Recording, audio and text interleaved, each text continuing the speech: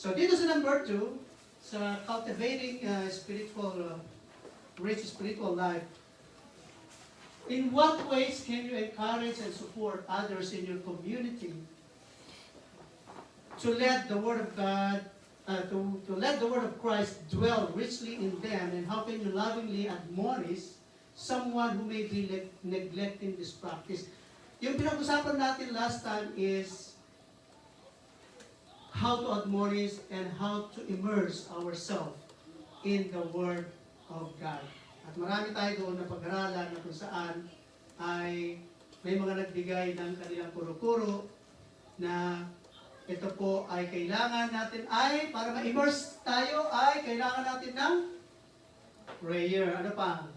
Para ma-immerse tayo, kailangan natin ng magbasa ng banal na salita ng Diyos. Ano pa?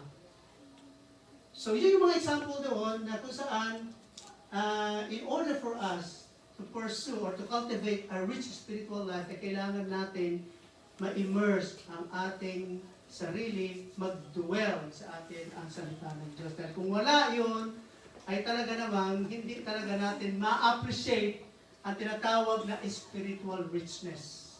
Kung saan ay mas fulfilling.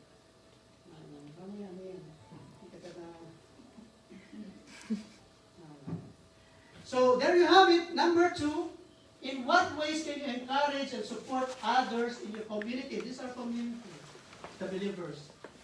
To let the Word of Christ dwell richly in them, and how can you lovingly admonish someone who may be neglecting this practice? Yan. Alright, so umpasahan muna natin dyan sa tanong na yan bago tayo magpailalim ulit sa susunod natin mga. So kung paano tayo mag-immerse at paano naman natin i-share sa mga samahan natin. I-admonish sa kanila lovingly. Nasabihin natin, oy sis, kung wala yata sa aran, ginagawa natin. Oy Brad, parang hindi yata maganda yung nakita ko nakaraan sa live mo. O kaya, marami. Kahit minsan sa ating mga member of the family, pwede rin natin siyang i-admonish.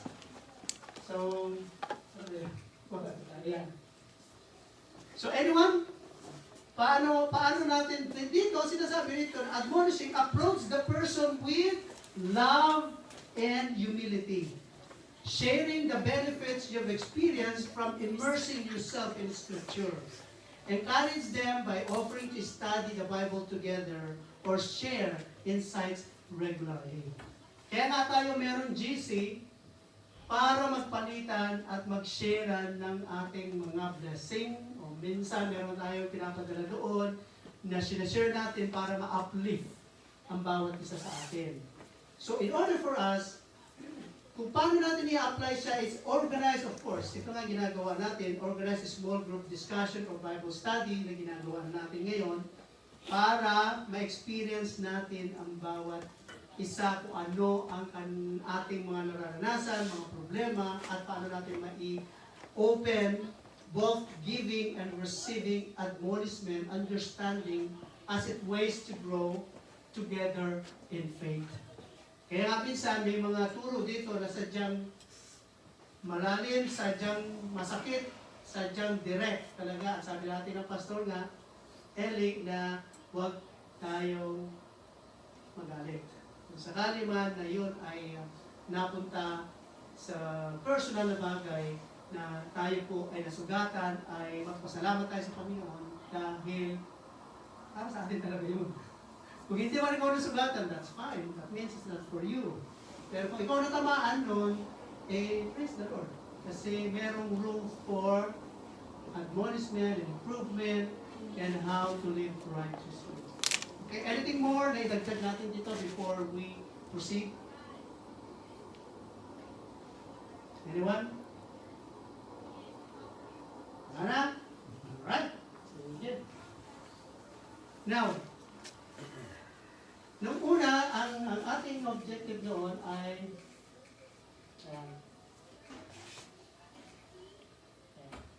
the number 1, understanding spiritual riches. Yan ang una natin pinag-aralan. Paano natin maintindihan? And then, marami tayo na pag-aralan dyan. And then, number 2, pursuing spiritual riches. Marami tayo na pag-usapan dyan. And now, dito na tayo. Application na. Dito na yung makikita natin kung paano natin may apply ang tinatawag na spiritual riches. Right. Number A. Living a life of generosity. Para pala natin ma-experience, para pala po natin ma-attain yung spiritual wealth na yan o blessing na yan, ay ang kailangan pala natin ay living a life of generosity. Okay, sige, the floor is open. Ano ba ibig sabihin ng generosity? Wala na kasi dito si Steph generous eh. Nung muna akala ko, generous, generous. Yung pala Jenny sa karos. Medyo na ko doon. Aha. So, anyone, ano bang ibig sabihin ng living a life of generosity? Hindi, imot. Imot? Haan nga na imot. Anyone? Hindi na imot. Haan nga na imot. Ano pa? Bukod sa haan nga na imot, ano pa? Papagbigay. Well, depende, ano klase mo mapagbigay yun? Pagbigay ng ano? Kahit ano, anything. Share your blessings. Share your blessing. Ano pa? So, in order for us to attain or apply that spiritual blessing na yan, na sinasabi natin na kung saan, doon sa pinag-aralan natin, ay nakita natin ang kahalagahan hindi sa makamundong bagay, kundi sa isang pang-spiritual. Kasi natapos na natin makamundong bagay eh. Marami na tayo pag-aralan nun doon. Na talaga naman, ipinakita sa atin na hindi talaga masama ang maraming pera. Depende kung paano mo ituturing ang pera, kung ito isang iyong master. Or yun ang gagamitin mo to, share the blessing. So anything else? Ang ibig sabihin pala nito ay meron tayong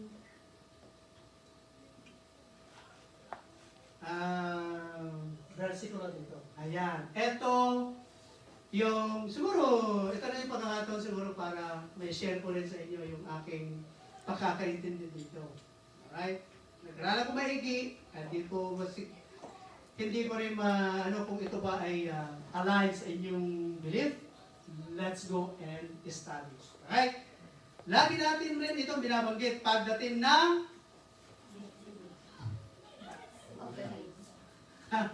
lagi natin binabanggit ito yung overuse, most used, and talaga namang very popular verse sa mga churches. Sometimes they don't like this, mas gusto nila pupunta doon sa Malakay. Pag-aralan natin yan. Alright? So, ito yung ating main verse. 2 Corinthians, sabi nga dito na, but this I say, he which soweth sparingly shall reap also sparingly. And he which soweth bountifully shall reap also bountifully.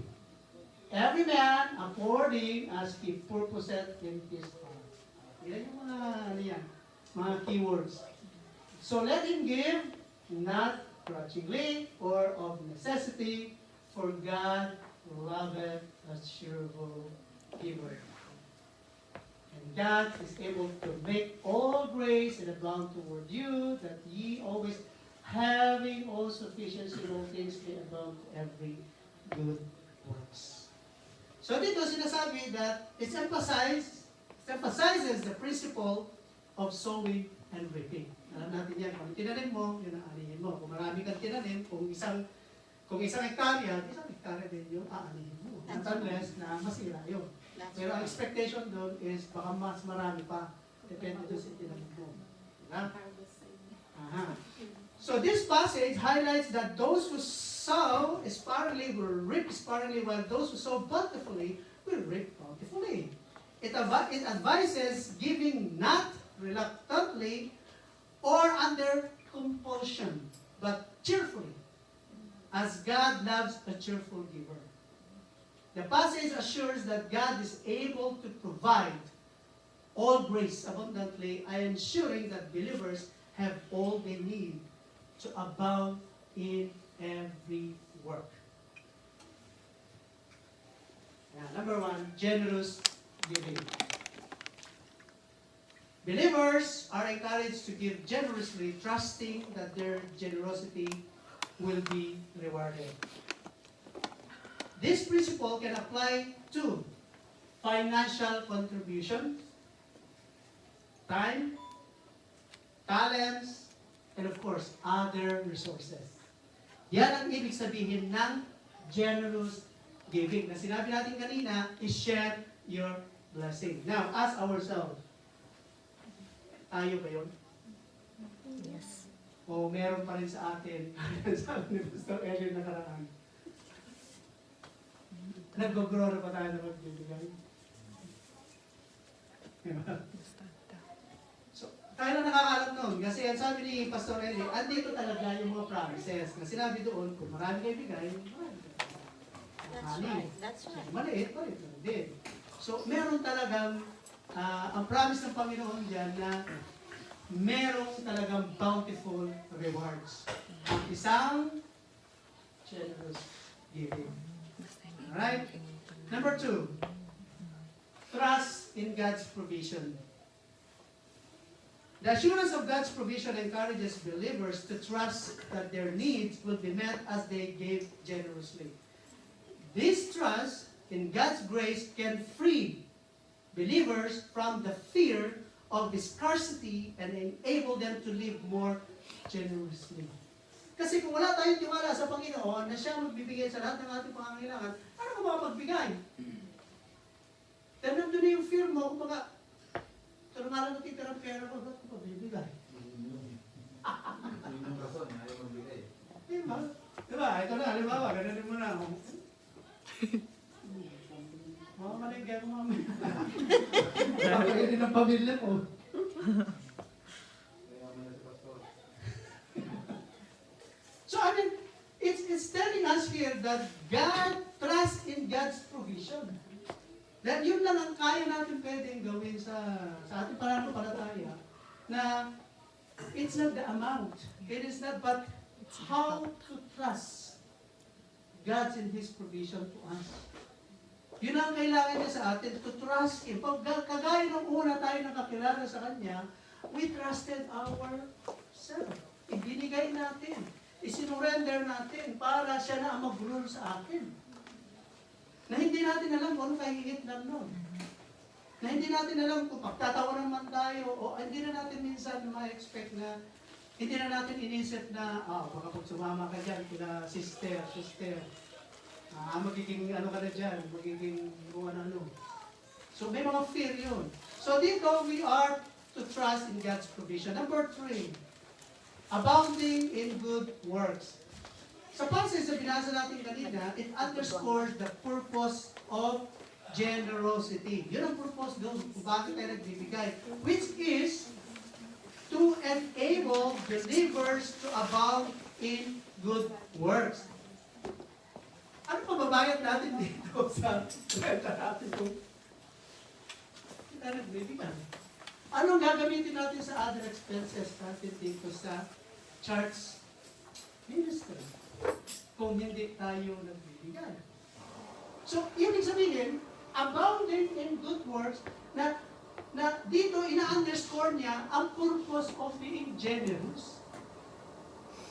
Kasi kung generous tayo, matutulungan natin itong church na to, saka yung church natin sa Pilipinas, para ma-maintain, ma-propagate, magiging mas malakas at magiging more ang naibibigay natin sa ministro na pinagkaloob sa atin ng Panginoon.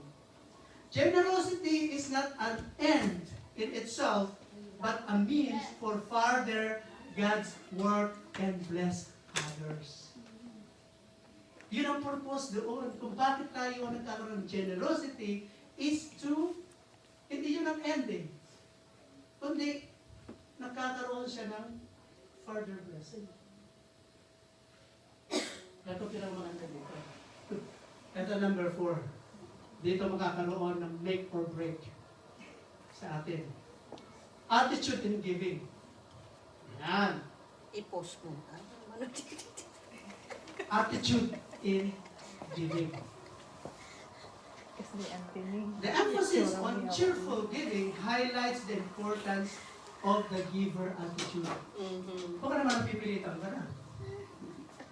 Baka naman wala ka lang sa puso mo. O baka naman ang ano mo lang, well, obligasyon mo din, kailangan ka member na kailangan ko magbigay kasi nagbibigay sila pastor, sila sister, kailangan ko magbigay. What is our attitude in giving? Giving should be done willingly and joyfully, Go tayo. Amen. reflecting a heart aligned with God's love and generosity. So, kung wala talaga sa puso mo magbigay, huwag na lang kasi magkakasala ka pa sa Panginoon. Don't ever do it. Kung magbibigay tayo talagang galing talaga sa puso natin na talagang masaya tayo, na talagang walang mabigat, na talagang hindi natin kinukwento tayo mga bagay-bagay na bakit tayo nagbibigay. Kasi, ang pala dito. Yan. Kailangan na natin. So, dito makikita natin na meron tayong 4, pero bibigyan ko pa ng more emphasis itong attitude in giving. Alright? So, in practical terms, living a life of generosity can what? Involve supporting church ministry. Siguro meron pa tayong mga ibang cause na binibigyan ng pera siguro. Ako, nagbibigay din ako sa mga iba't ibang mga nagsusulitin sa akin. And even doon sa Pilipinas, marami ring mga humingi sa akin. Kahapon nga, merong humingi na pinakita yung charge nila, kaya lang, siyempre, hindi ko tayo basta-basta bibigyan din natin kilala yung mga tao. Ayan, so ginagawa ko, sabi mo, video call tayo para malaman mo hindi ka scammer. Ako, kailangan ko magbigay. Eh kung sabi niya, marami siyang mga excuses. So dito, makikita natin, in practical terms, living a life of generosity can involve supporting church ministries, helping those in need, volunteering, and using one's skills and talent for the benefits of others. Kaya na tayo meron di ba? Kanya-kanyang talent dito. Ginagamit natin yun bilang isang way of life of being a generous. By doing so, believers can experience the joy of giving and witness the impact of their generosity in their communities and beyond. So natutuwa tayo na kapag meron dito nagre-report ng nakaraan sa pastor, then yung mga kailangan doon, yung mga accomplishment. So natutuwa tayo kasi nga nakikita natin na ang gawa ng Panginoon doon ay talaga namang dahil yung ating pastor doon ay nandun ang kanyang puso sa pagpaninid niya. Alright, so now let's continue with the attitude in giving. Let me take this opportunity para ma-explain ng medyo maigi itong Malakay chapter 2. Alright? Verse 10. Sabi niya dyan, bring ye all the tithes into the storehouse that there may be meat in thine house. And nilagyan ito ng red para ma-emphasize natin. And prove me now, dear wheat, say the Lord of hosts, if I will not open you the windows of heaven and pour you out a blessing that there shall not be room enough to receive. Marami at kalimitan ito yung ating ginagamit pagdating sa pagbibigay. Alright? So sabi dito, ano bang context and meaning nito para maintindihan natin? Na hindi lang natin basta-basta ito kinukot dahil nga sa pagbibigay kasi kung kung i-compare natin kanina yung una sa dito, parang meron siyang conflict. Diba? So ano ba ang context, ang historical context nito? Makikita mo rito na at the time of writing, itong si Malakay ay prophet na kung saan ay in around 5th century BCE after the return of the Israelites from the Babylonian exile. So ang situation dito, kung bakit niya sinabi ito, is the Israelites had become lax, nagkakaroon sila ng lax in their worship practices, including neglecting proper tithing and offerings, which were crucial for the functioning of the temple and the support of the Levites and priests. So kaya ibinigay ito ng Panginoon na kailangan, kasi yung iba, wala na nagtatay, wala na nagbibigay ng kanilang portion ng kanilang kinikita. Kaya ibinigay ito. So ano bang biblical meaning nito? Ang sinasabi dyan na prove me or test me, this phrase is a unique. Why? Because generally, testing God is forbidden. Saan natin makita yun? Kasi lagi natin sinasabi kasi, test me. Kinukot natin lagi yan. Itatest natin Panginoon. No. Ang sabi ng Panginoon, Deuteronomy chapter 6 verse 16. Ye shall not tempt your Lord your God, as you tempted him in Massa. So dito, however, here, God invites the people to test His faithfulness and generosity. It is a challenge to the Israelites to what? To trust Him completely by bringing their full tithes sa panahon na yan. At ang promise ng blessing dyan ay bibigay niya abundantly. In return of what? Their obedience. So, ibig sabihin, may utos, kailangan sumunod. Whether you like it or not. Kailangan mo magbigay. Kasi, yun ang utos. So, makikita natin kanina, yung una natin pinag-aralan, ang turo doon ay joyful. Hindi ka dapat nabibigay. Magbibigay ka dahil ikaw ay na-bless. Magbibigay ka dahil kanong ibibigay. So dito, talagang 10 times. Kaya nga dito, makikita natin na ang application nitong, itong versikulong ito, meron tayong mga ilan dito. 1, 2, 3, 4, 5. Gina natin ang prinsipyo nito. For contemporary believers, this passage has several implications. Ano yun? Faith and trust. Parehas lang din doon sa una. Faith and trust. Kaya tayo nagbibigay dahil meron tayong pananampalataya sa Panginoon, dahil nagtitiwala tayo na kapag tayo ay nagbigay, in return, ay magbibigay din siya ng blessing. It encourages believers to trust in God's provision. By giving faithfully, they can experience God's generosity and faithfulness. This can be applied to various aspects of life, not just financial giving, trusting God in all areas and expecting His blessings in return. So number 2, obedience in giving. Dito makikita natin, it enforces the importance of tithing and supporting religious institutions and charitable causes. Tithing is seen as an act of worship and trust in God's provision. Ito yung ginagawa nila. So number 3, it's also experiencing God's faithfulness. Believers are encouraged to take steps of faith and see how God responds. This can strengthen their faith and deepen their relationship with God. Dahil dito sa pagbibigay na ito. Alright. Number 4, challenge to materialism. Kung bakit sila nagbibigay ng tithes nila in a modern context. Sabi nga, when material wealth is not prioritized, this passage challenges believers to focus on spiritual richness and trust God rather than their resources. So dito sa essence nitong Malachi chapter 3 verse 10, it invites believers to what? To trust God's promises, be generous in their giving, and experience God's faithfulness and abundant blessings in their life. So yung prinsipyo doon, parehas. Nagkaiba lang yung turo ng panahon na yan at panahon ni Paul. Pero ang principle nun, parehas. Trust the Lord. His faithfulness, His blessing, His abundance, parehas.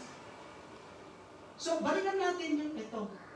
Kasi minsan nakakaroon ng misappropriate teaching about this. Kasi nga, siguro yung iba, hindi lang talaga siguro yung pinag-aralan, kaya basta na ng banat, mas maganda kung mas lalo natin naintindihan para mas lalo natin ma-appreciate. Diba? So dito, ang Biblia, ang ibig sabihin ng truth, sinabi niya dyan, ang Hebrew meaning pala nitong test na ito ay bahan. Yan. Gusto ko nag-aaral ng ating homiletics na? Ang the Hebrew word used for test in Malachi chapter 3:10 is bahan. Anong ibig niya sabihin? To examine, to try, or to prove. Kaya nga sinabi ko sa inyo kanina, we cannot test God. We cannot say that, Lord, I'm going to test you. I'm giving you all my money here because I want to test you. No. Hindi. Ang ibig niya sabihin doon is, test means to examine, to try, or to prove God's faithfulness. The primary meaning of this is to examine or scrutinize something closely. In the context of metal, sabi nga rito, it refers to testing them to determine their composition and quality. It involves process of proving or trying something to see if it meets the required standards or expectation. So, prove me or test me means to test or to examine or to try ang kanyang, para ma-determine natin ang kanyang or mapuprove natin ang kanyang sinabi ng Panginoon. Nabibigyan nga sila ng abundant blessings. Number 2, to prove or demonstrate. Ang ibig sabihin ng bahan na yan, ng test na yan, to prove or demonstrate. The word can also mean to prove or demonstrate the reliability of truth of something through testing. Hindi yun the word mismo na testing, na tinetest natin siya dahil hindi, kundi we are to act and we are to prove and demonstrate the reliability ng sinasabi ng Panginoon na bibigyan niya nga tayo ng abundant blessing. It implies proving God's faithfulness and generosity through the act of bringing tithes. Na ibig sabihin ng bahan na yan, yung test me. Ano ang usage nito? Ayan. Doon sa Malachi, sa 3:10, ang sabi niya doon is, prove me now. King James Version kasi ginagamit ko. Kaya mas lalo natin mas maintindihan. Imbes na gagamitin sana natin ang test. Kasi lagi kasi yun ang ginagamit nila. Test me. I will test the Lord. No. Ang tamang translation talaga nun ay prove. Hindi test. Prove me herewith. So dito makikita natin ang usage niya in Malachi chapter 2 verse 10 when God says, prove me now herewith, He is essentially inviting the Israelites to put His promises to the test. This is a unique and significant invitation because invitation to trust. In-invite niya yung mga Israelites yung panahon na yan na mag-trust kayo sa akin kasi kung hindi, ibibigay ko lahat. Abundant blessing. Open ko yung gates of heaven para ibuhos ko sa inyo lahat ng pagpapala. Trust me. God is asking His people to trust Him enough to bring their full tithes and see how He will respond. Kaya nga sabi niya doon, trust me or prove me. It is an invitation to move from doubt to faith through a tangible act of obedience. Number 2, demonstration of faithfulness. by using the bahan, o yung sinasabing proving, God is assuring the Israelites that they can test His faithfulness and He will demonstrate His reliability by pouring out blessings in return. So makikita natin doon na ini-invite niya sila to trust Him, to demonstrate God's faithfulness to them. And number 3, ano yung context ng assurance na yan? This word, in this context, provides a strong assurance that God's promises are reliable and can withstand scrutiny. It is an invitation to experience God's faithfulness firsthand. So, hindi natin siya kailangan i-test, kundi we will just trust Him and prove His faithfulness to us. Kasi minsan, kaya na sabi ko kanina, ano ang motives ng ating heart? Is it to test the Lord? Para bigyan tayo ng ng blessing? Nasabihin natin, oh Lord, this is my money. I'll test you. And I'll prove if you're really true to your word. Hindi. Ang kailangan natin is to trust Him. Ang kailangan natin is to demonstrate our faithfulness. Ang kailangan sa atin ng Panginoon is to trust. So dito nga natin makikita na meron dapat tayong active faith para kapag tayo nagbibigay, alam natin, ibinibigay natin sa Panginoon ang fully trust na siya nga ay magbibigay sa atin ng abundant blessing na i-open nga niya ang gates of heaven para lahat ng ating pangangailangan ay ibibigay niya. But the context behind it, hindi pwede yung meron ka parang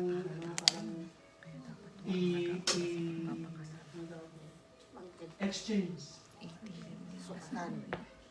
Na Lord, this is in exchange tayo. Sige, ito sa akin, I will prove you. No. The motives of our hearts. Na kagaya na tinuro ni Paul doon sa 2 Corinthians, na dapat pag nagbibigay tayo, ay dapat maluwag sa ako. Na binibigay natin yun dahil we trust the Lord na in return, ibibigay niya abundant blessing.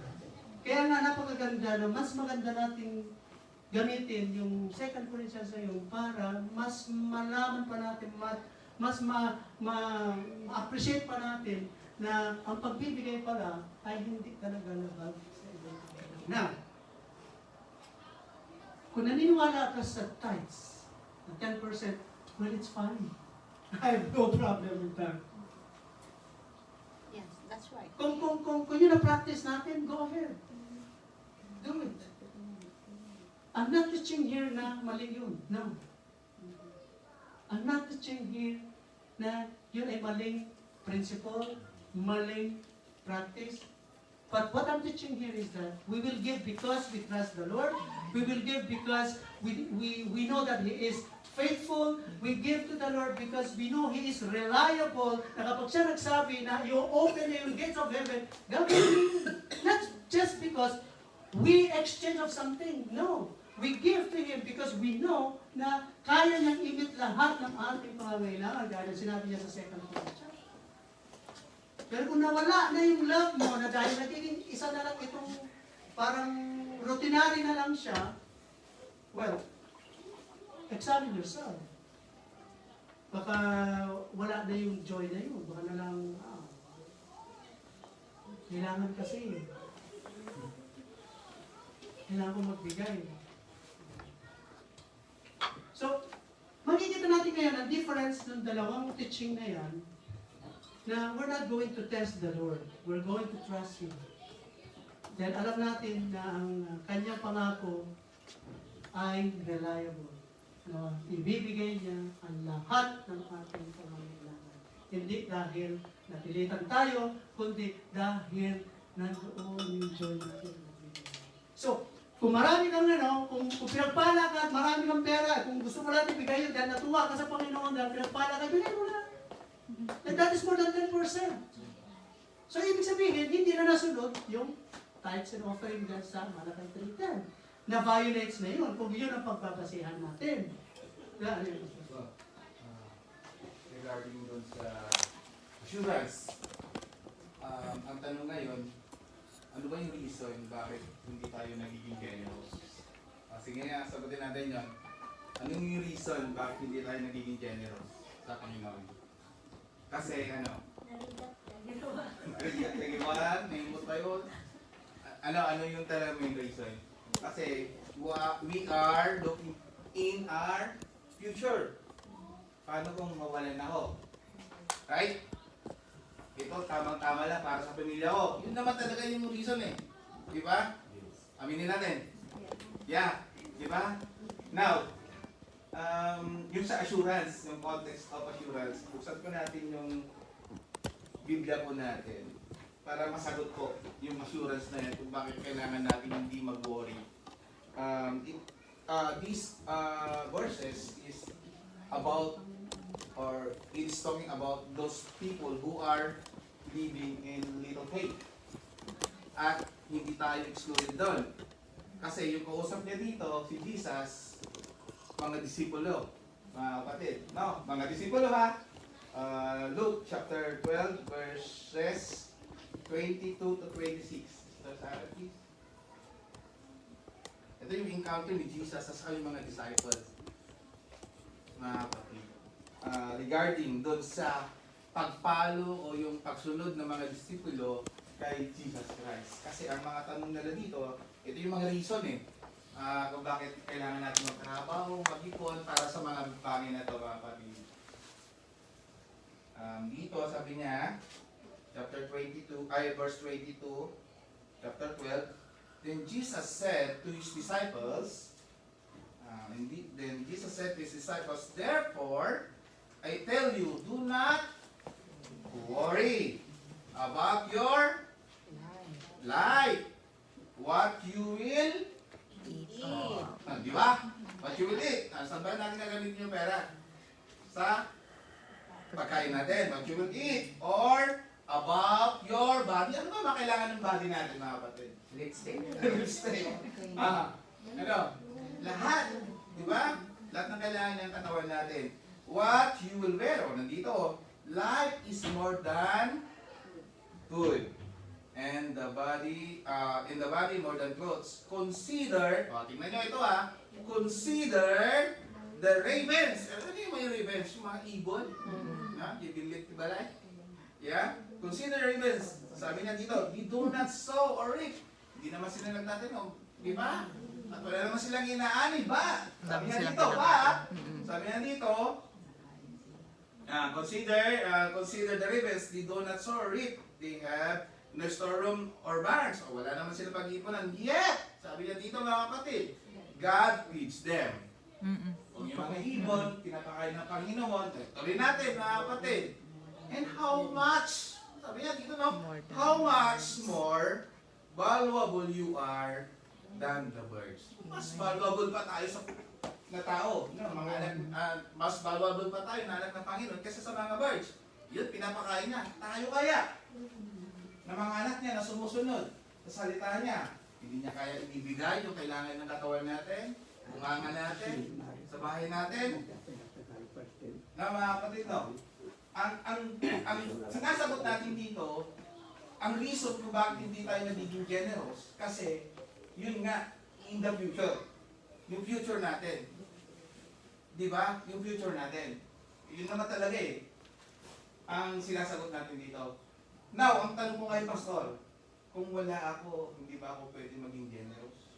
Kung walang-wala ako, hindi na ako pwede na masabihan na hindi ka generous? O na hindi na ako pwede masabihan na generous ka? Hindi mapagbigay ka? O yun lang mga mayroon ang matatawag na Generous. generous. Hindi naman lahat binibigay na pera ng Yeah, walang yun gusto na mga nun. Gusto lang clarify yun, kapatid. Are you referring to financial things? Or lahat?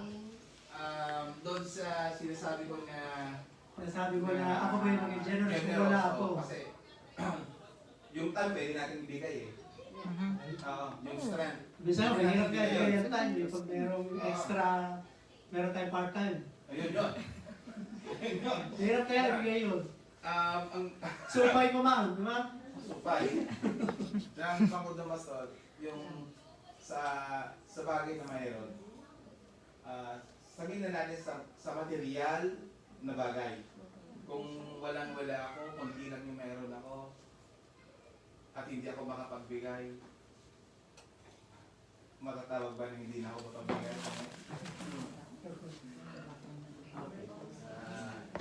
Tanong, yun lang bang may tira? Ano ang kapagbibigay ng generosity? Okay, sana natin yung ano. Resibo muna tayo. Sa Luke chapter 20. Tingnan natin kung ano yung sinasabi ni Lord yan. Dahil mahirap naman na sasagutin natin ng 21 says, verses 1 to 4. Dito natin makikita kung sino ang totoong dineros. Yan. Hindi lang yung mayaman. Okay, basahin natin yan. He looked up and saw the rich dropping their offering into the temple treasury. Mark the word rich. Sino mayaman dito? Si Pastor Bin lang. Hallelujah! Huwag ka nang kumontra. Nasabi ko na. Huwag ka nang kumontra. Nasabi ko na. Yung totoo. He looked up and saw the rich dropping their offerings into the temple treasury. Meaning, nasa church sila. Okay? He also saw a poor. Yung poor. Mahirap. Nakita nila si Sister, Milda. Saka si Sister Esther. No. Nakita niyo ba yung nakikita ko? Ano yun? Dropping into tiny coins. Kunti ang naibigay. Hindi ko sinasabi na kunti ang naibigay nila. Pero hindi. Ang ginano natin dito yung generosity. Kung ano ang ibig sabihin. I tell you the truth. Katotohanan. Walang labis, walang kulang. They said, this poor widow has put in more. In more than all of them. Ibig sabihin, mas marami pa yung value ng binigay ng dalawang balo kaysa doon sa mayaman. Na yung pagbutang niya, paano na yun? Kami na nagtunawaan ni Sister ano yun. Yung pagbutang niya o kwarta dito sa sudlanan. Kasi, yung paglagay doon sa lalagyan. Tingnan nyo, bakit naging mas marami, mas binigyan ng Diyos? Dahil, for all these people have put in gifts out of their surplus. Sobrada na. Sobra. Tingnan nyo. Kaya, kapag sobrang binibigay mo, mag-isip ka, Pastor Ben.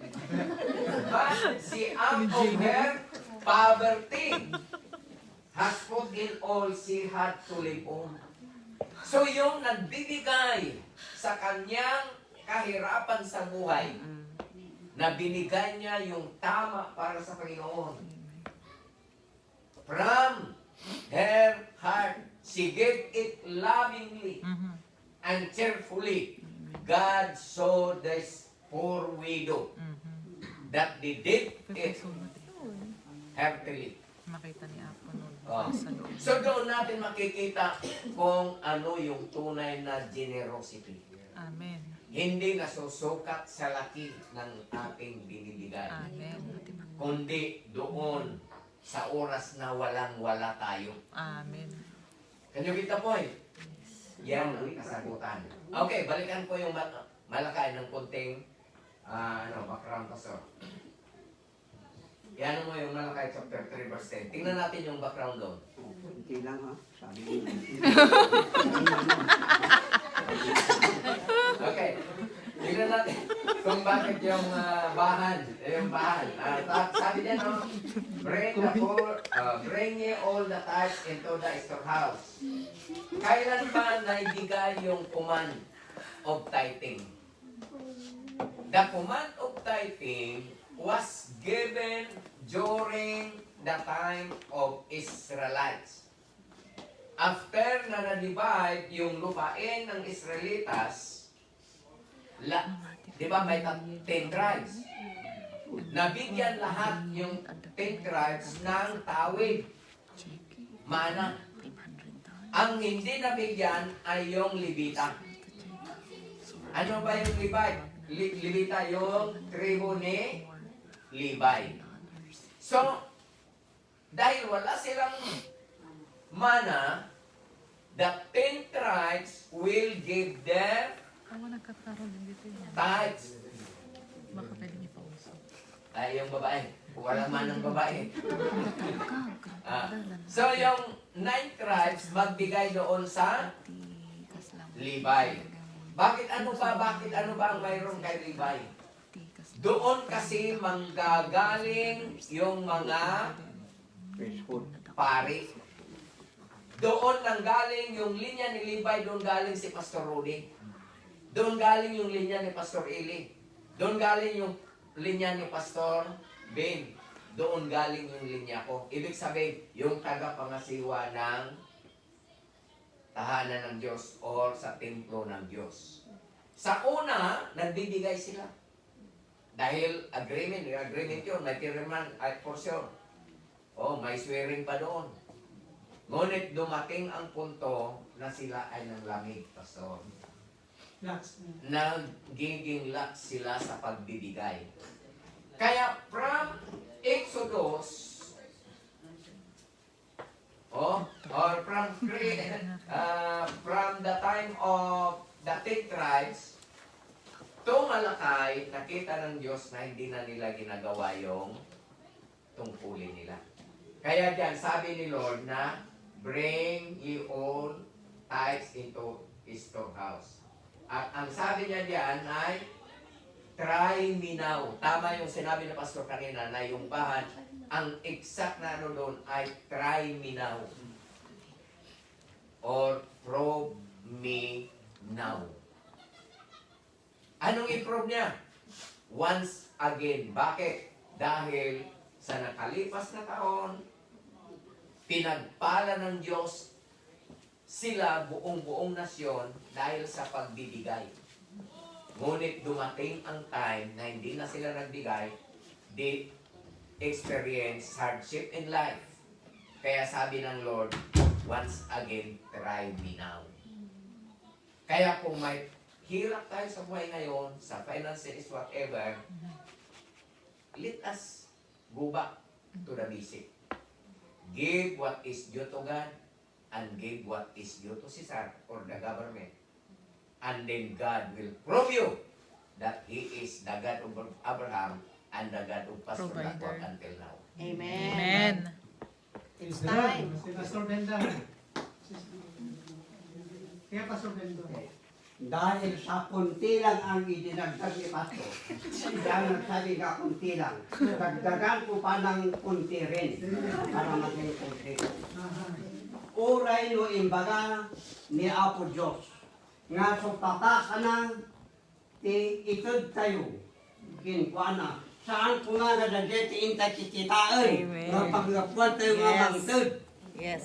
Tadinto at mapaay tayo. Amen. Noong mangtod tayo, gapot ta babal iti parabot ti Apo, adamot basit nga maitod tayo.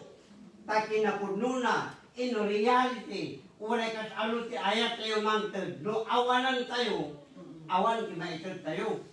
Iso nga, mangtod tayo, gapot ta babal ti parabot na, adamot maitod tayo. Dadya lang inayon ko, kat nukurang pa inayunan niyo mo tarasap. Next Sunday, it's already time. Tapos na po tayo sa ating pag-aaral. Next Sunday. Tapos na po tayo sa pag-aaral. And once again, Next Sunday. test is bahan. The meaning is to examine, to try, or to prove. We're not going to test the Lord just because we're not going to test Him dahil meron tayong ibinibigay. Kundi, to try or prove Him. Alright? Kaya po ay manalangin. Lord, maraming po salamat sa araw na ito. Napakabuti mo, Panginoon. Salamat sa salita mo, Lord. It's really indispensable. Salamat sa pinag-aralan namin dahil tinuruan niyo po kami muli, Panginoon. Pinarating niyo sa amin, pinaliwanag niyo kung paano kami makaroon ng puso na mapagbigay. Tulungan niyo po kami, Panginoon. Minsan dumarating sa amin, Lord, na nawawala na yung aming pagtitiwala sa inyo, na kapag kami nagbigay ay nawawala na kami, Lord. But help us.